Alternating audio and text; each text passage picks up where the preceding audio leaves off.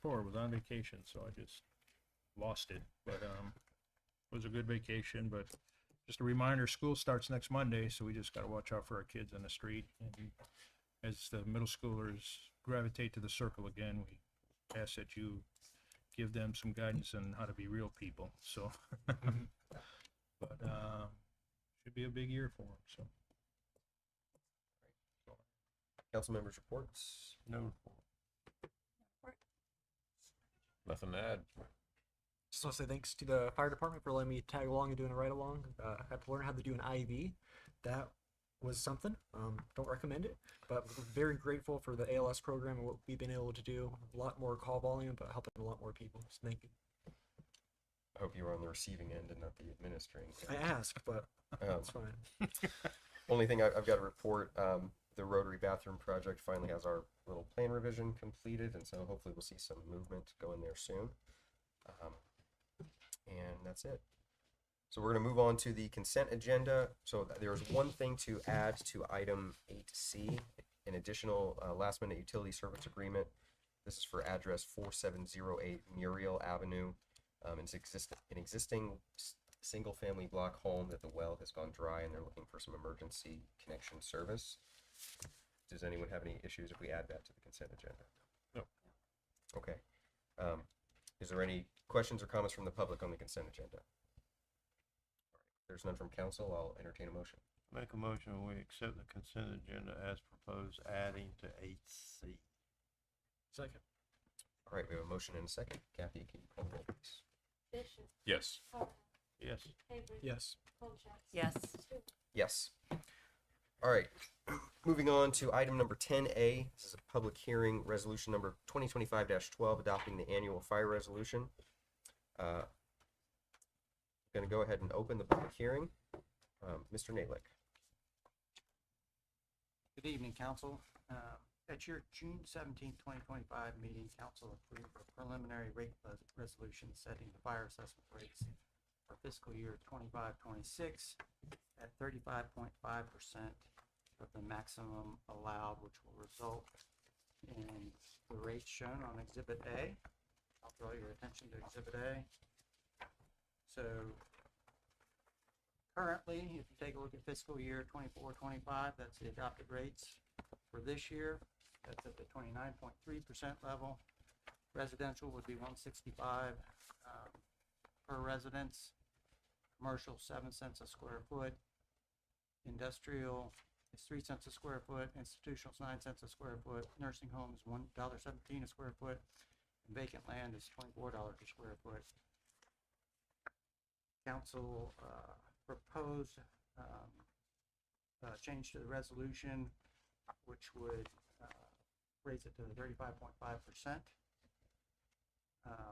which is the max of where we can go right now, and that would be $200 per residence, 9 cents a square foot for commercial, 3 cents for institutional, 11 cents a square foot for, 3 cents a square foot for industrial, 11 cents a square foot for institutional, $1.42 a square foot for nursing homes, and $29 for vacant land per parcel. Estimated net revenue of that is $1,705,360. All right, are there any comments or questions from the public on the fire assessment? All right, any questions or comments from council? I just want everybody to realize the reason we do this is because everybody pays it. It's not like an ad valorem where some people pay and some don't. Okay. Anything else? Nope. And we pay it. Okay. All right, I'm going to adjourn the public hearing, and I will entertain a motion. I'll make a motion we approve final assessment resolution 2025-12 as presented. Second. All right, we have a motion and a second. Kathy, can you please call the roll? Bishop. Yes. Carter. Yes. Avery. Yes. Colchester. Yes. Stewart. Yes. All right, moving on to item number 10B. Another public hearing for ordinance number 1547. I'm going to go ahead and open the public hearing. I'll turn it over to Mr. Swain. Ordinance 1547 is entitled, an ordinance of the City of Sebring, Florida, changing the future land use classification for approximately 66 acres located on the eastern edge of Lake Sebring, west of Scenic Highway, south of Summit Road, and north of Croydon Road from county medium density residential to city low density residential, providing for transmittal to Florida Commerce as a part of Amendment 25-01 ESR for review and compliance, providing for severability, providing for conflict, and providing for an effective date. Let's go to Salisbury. Good evening. Good evening. For the record, Jennifer Cotto Salisbury with the Central Florida Regional Planning Council, and this is an adoption hearing for a future land use map amendment. My cheat sheet is coming up. While that's coming up, I did want to let you all know that this future land use map amendment was transmitted to the Florida Department of Commerce and the other required state review agencies, including Florida Department of Transportation, Florida Department of Environmental Protection, and others, and none of the review agencies had any comment. The Florida Department of Transportation had stated that they felt that this would have de minimis impacts on the roadway network, and I will just hit the highlights. Again, this is a site of about 66 acres on the south east side of Lake Sebring. And we looked at the land use amendment from residential medium to city low density residential. And the surrounding area is really consistent with that, where we have low density residential. And these are some views of the property. And the future land use, the existing future land use in the county is 8 units an acre. And going into the city, we actually have a reduction in maximum potential density down to 5 units an acre. And this is really a snapshot of the land use today and the proposed land use. So you see that low density residential, they all look like the same color, but they're not. Next slide. And really, this is really the shot here. Again, in the county, you can have 8 units an acre. Coming into the city, it's 5 units an acre. And we're really looking at a decrease in potential units of about 198. And there is infrastructure and services to serve the site. Just reiterating that here. And just again capturing that this amendment after city council approval was sent to the state, and there were no objections from any of the review agencies. And I'm available for any questions. Okay. Any questions or comments from the public on this ordinance? Evening. For the record, Shelton Rice. I'm an attorney with the law firm of Peterson and Myers, address 225 East Lemon Street, Lakeland, Florida. Today I'm here on behalf of the property owner, Gapwood Groves. This is a project we've been working on for a long time. It was before you guys in June. We talked about this on first reading. This goes back to 2023. I think that was the first time maybe this came before the city council. We did a master developers agreement, which contemplated annexation into the city, and shared with you guys at that time what the intent was for this property, along with another one on the agenda tonight and 2 other properties. This is the final step of the entitlement process for us through the land use zone.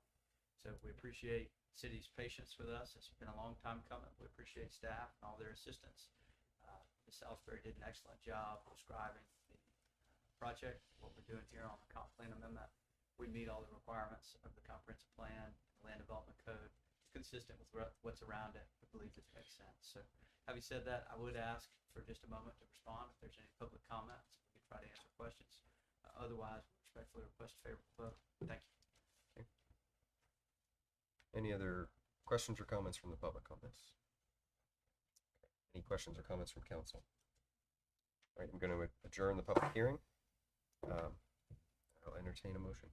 Make a motion to approve ordinance number 1547 on second and final reading as presented. Second. All right, we have a motion and a second. Kathy, can you please call the roll? Bishop, Yes. Carl, Yes. Mavry, Yes. Wiltshire, Yes. Stewart. Yes.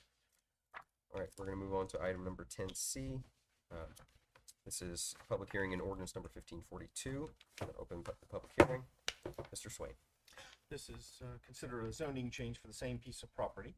Ordinance 1542 is entitled an ordinance of the city of Sebring, Florida, changing the zoning classification for approximately 66 acres located on the eastern edge of Lake Sebring, west of Scenic Highway, south of Summit Road, and north of Croydon Road, from County Agriculture and City Residential District R1 to City Planned Unit Development for Residential Development, providing for severability, providing for conflict, and providing for an effective date. Thank you.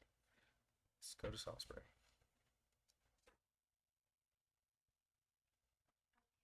All right.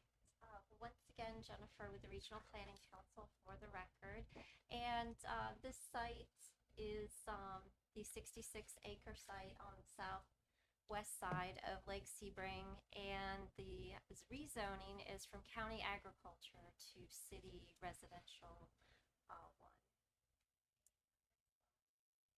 And again, looking at the surrounding area, it is consistent with the other zoning land use in the area. Again, these are some views of the property.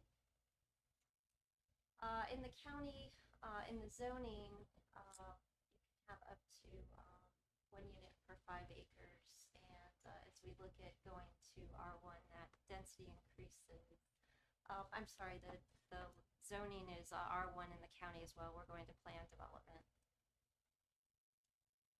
And in the plan development, as you can see here, there's 232 dwelling units proposed.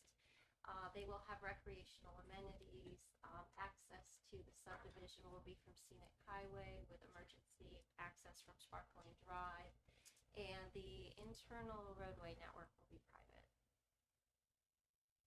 And this is really a snapshot here. The planned unit development will limit density to 234 homes. Under the land use, you could have a potential of 330. So with that zoning coming in under it, it'll be 234. In review of all of the infrastructure and services, there are services and water and sewer to serve the site. And with regard to transportation, there's also adequate capacity on the network. And in the package and in the ordinance, these are the proposed conditions of the planned unit development. And really, this is a snapshot of the site data information, looking at front setbacks of 20 feet, rear of 10, side yard of 7.5, and then again, when we look at our corner lots, we have setbacks. And then you can see the chart there. The lot sizes will be 50 by 115, 70 by 115, and 70 by 205. And the density per acre is about 3.5 units an acre.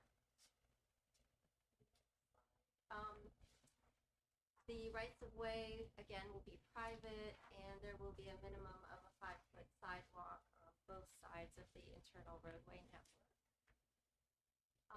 And the final condition is that a type D buffer will be constructed, and a 6-foot wall will be built between the property and the parcels on Sparkling Drive.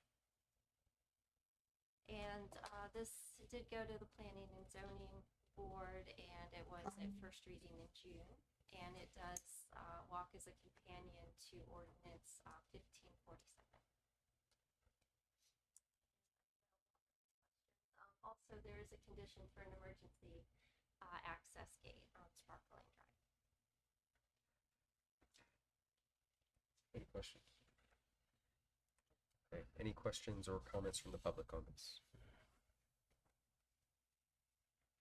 Evening, once again, for the record, Shelton Rice from Peterson and Myers here on behalf of the applicant. I'll be very brief, and I apologize. I think I misstated Ms. Coda Salisbury's name last time, so forgive me. This in our opinion, is the result of really a productive development process. Right, this project came through the development process. There were public comments. There were modifications made. It came back to additional public hearing, additional changes made. So this is an iterative approach that, frankly, I think results in much better projects and better projects that suit the neighborhood, that suit the neighbors, and hopefully address most of those concerns. A lot of those conditions are related to that. So a precast wall, putting up a 6-foot wall adjacent to where we have existing residential for certain lots, putting up a 6-foot fence where we have stormwater adjacent to lots that could be developed in the future, and some other things that have been detailed. So I won't go into all of that. We think this is appropriate. This is a reduction below the density. It's below the density that was allowed in the county. From a comp plan standpoint, it's much lower than the density that's contemplated in the comprehensive plan and LDR for this. We think it's consistent with your code, comprehensive plan. We think it's appropriate. We're happy to answer any questions. Respectfully request a favorable vote. Thank you. Any other questions or comments from the public? Okay. We're going to adjourn the public hearing. Any questions or comments from council? All right, seeing none, I will entertain a motion. Make a motion to approve ordinance number 1542 on second final reading as presented. Second. All right, we have a motion and a second. Kathy, could you please call the roll? Bishop, Yes. Carl, Yes. Favor, Yes. Dolce, Yes. Stewart. Yes. All right, moving on to item number 10D, public hearing and ordinance number 1548. I will open the public hearing. Mr. Swain. The ordinance is entitled, An Ordinance of the City of Sebring, Florida, changing the future land use classification for approximately 75 acres located at the northeast corner of the intersection of Sunset Road right-of-way and Scenic Highway, south of LeGrand Boulevard, north of Sebring Parkway, from county medium-density residential to city medium-density residential, providing for transmittal to Florida Commerce as part of Amendment 25-01 ESR for review and compliance, providing for severability, providing for conflict, and providing for an effective date. Okay. Let's go to Salisbury. All right, good evening once again. And I so apologize, usually I bring my hard.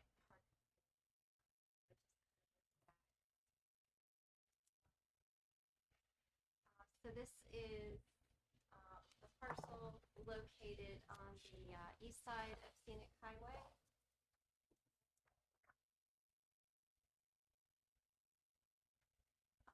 This was stated, the current land use is county residential medium, and the proposed land use coming into the city is city residential medium. And this is looking into the property today. And just looking at the surrounding area, again, we have residential medium, both counties.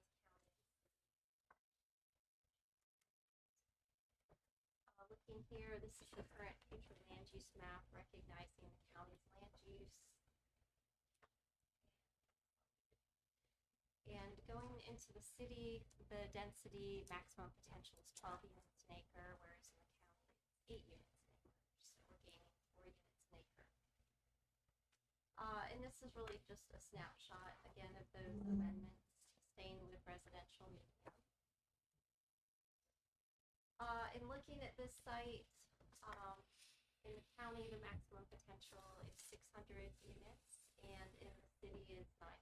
So it's an increase of 300 dwelling unit potential for land use. The application has been reviewed, and there is infrastructure and services to serve the site, as well as the transportation network has capacity. This amendment was sent to the Florida Department of Commerce and other state review agencies, and there was no objection and no comment.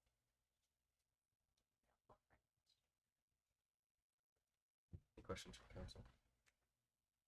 All right, is there any questions or comments from the public on this ordinance? Good evening. Once again, Shelton Rice from Peterson and Myers here on behalf of the applicant. Excellent job presenting again, Ms. Jennifer. The property, one interesting thing to point out here, we look at the comp plan and we look at the maximum density.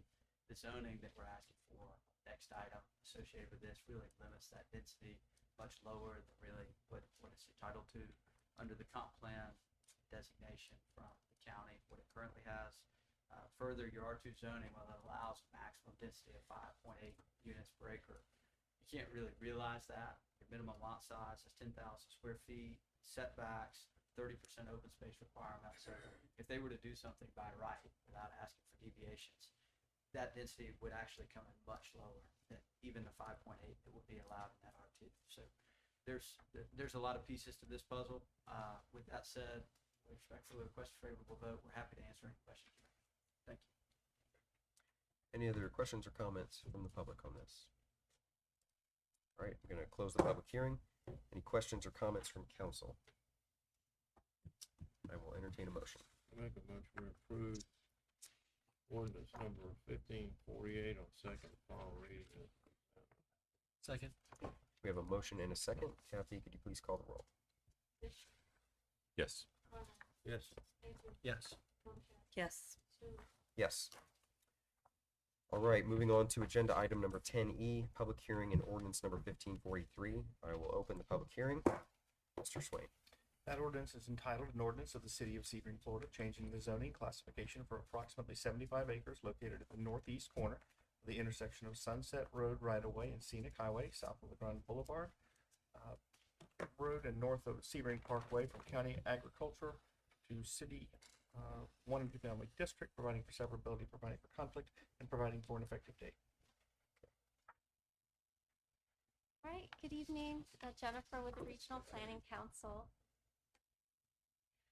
Looking at this property, this is the companion rezoning to the prior ordinance. And this is a rezoning from agriculture to residential 2 in the city. These are some just photos of the site. Again, looking at the surrounding area, the proposed zoning change would be consistent with what we're seeing with the character of the zoning in the area. And this is really a snapshot of the zoning map today with agriculture. And then this is what the proposed map would look like with the R2 zoning. And that's at about 5.8 units an acre, maximum potential. This is really a snapshot of the change here. So the maximum potential of how many units you would see on the property is about 435. I always keep in mind you still have to build roads, put in stormwater. You know, the site always gets smaller and smaller. That being said, the R2 zoning district allows for 10,000 square foot lots, and those lots need to be a minimum of 80 feet wide.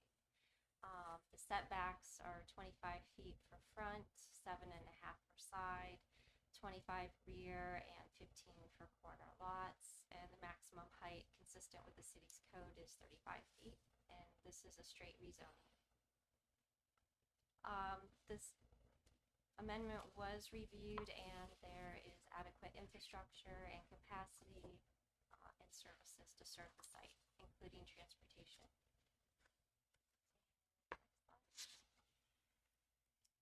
And again, this is the proposal, agriculture to the city's R2 zoning and allowing for 10,000 square foot lot. And again,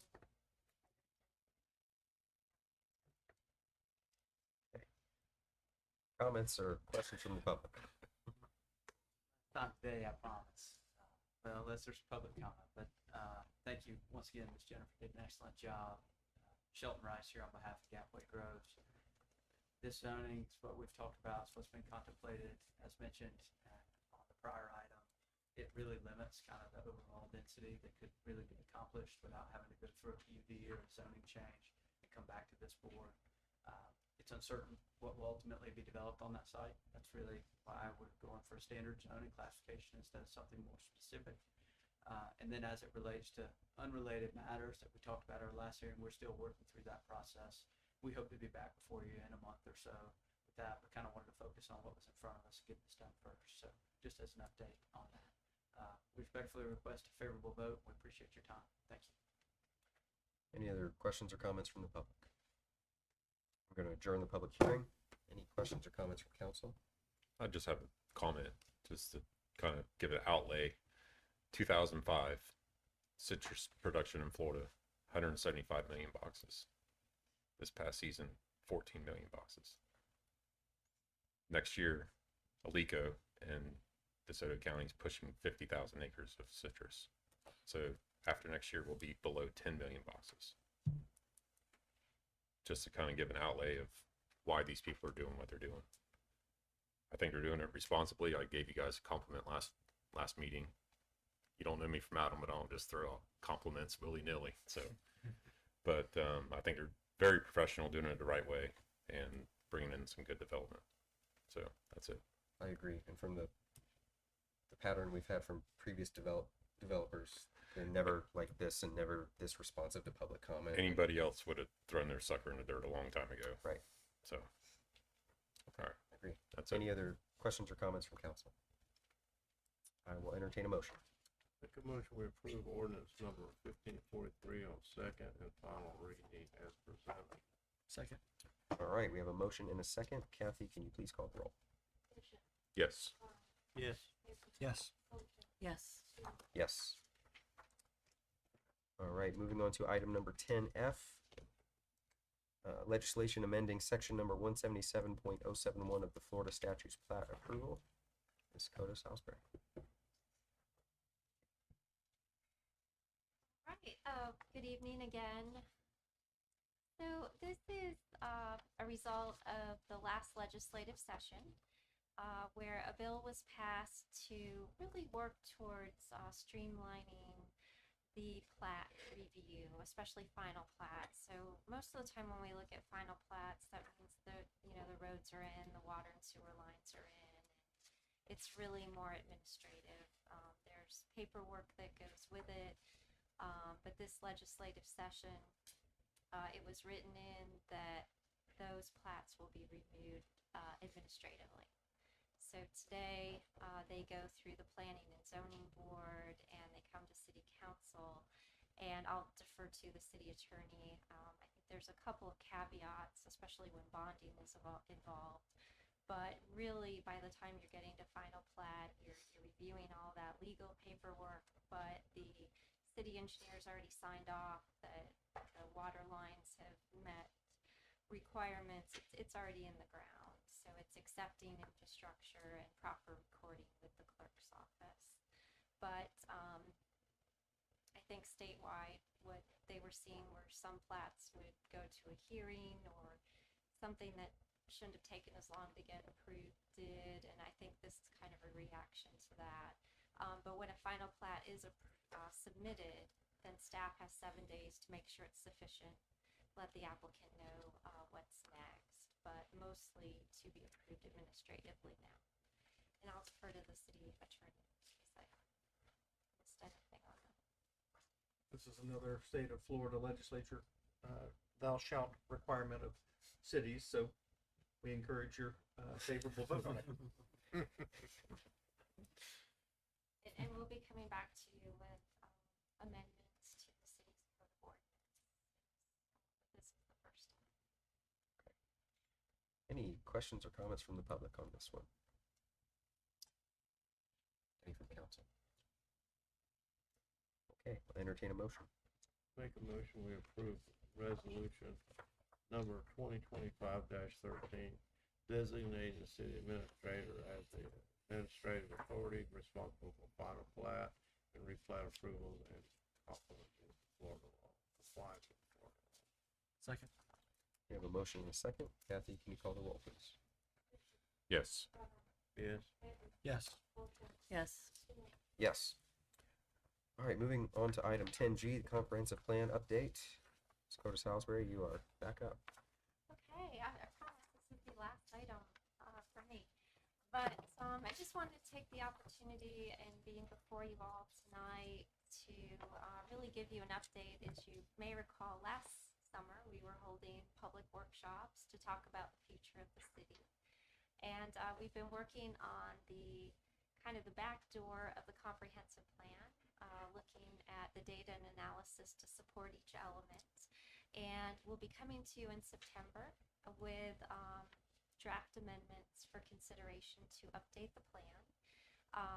These new or updated policies, some of them are housekeeping, staying consistent with the requirements in Florida statutes, but also updating the planning horizon for the comprehensive plan. It goes to 2030 now, and it is an update to the year 2050. But we're also watching some of the recent legislation that's been approved and making sure that we don't create a more restrictive environment in the policies of the plan at this time. But we will be coming to you in September, and we will be going into more detail with the planning and zoning board. Available. Questions or comments? Any questions or comments from the public? Okay, thank you so much. Thank you, Jennifer. No motion is needed for that one, so we're going to move on to item number 10H. Maybe? Jamie Cook, purchasing agent for the record. I'm very excited to be bringing you tonight a revised purchasing policy. I know this is something that's been in the works for quite some time. I remember when I came on a few years ago, one of the first things I said to Penny was, okay, we got to change this. This isn't working. This isn't going to be feasible. So I'm really excited to finally make some progress. Just wanted to point out a few changes that I wanted to highlight that were pretty major. We revised the spending thresholds. I trust that you all have been able to review the policy. I know it's a little lengthy, but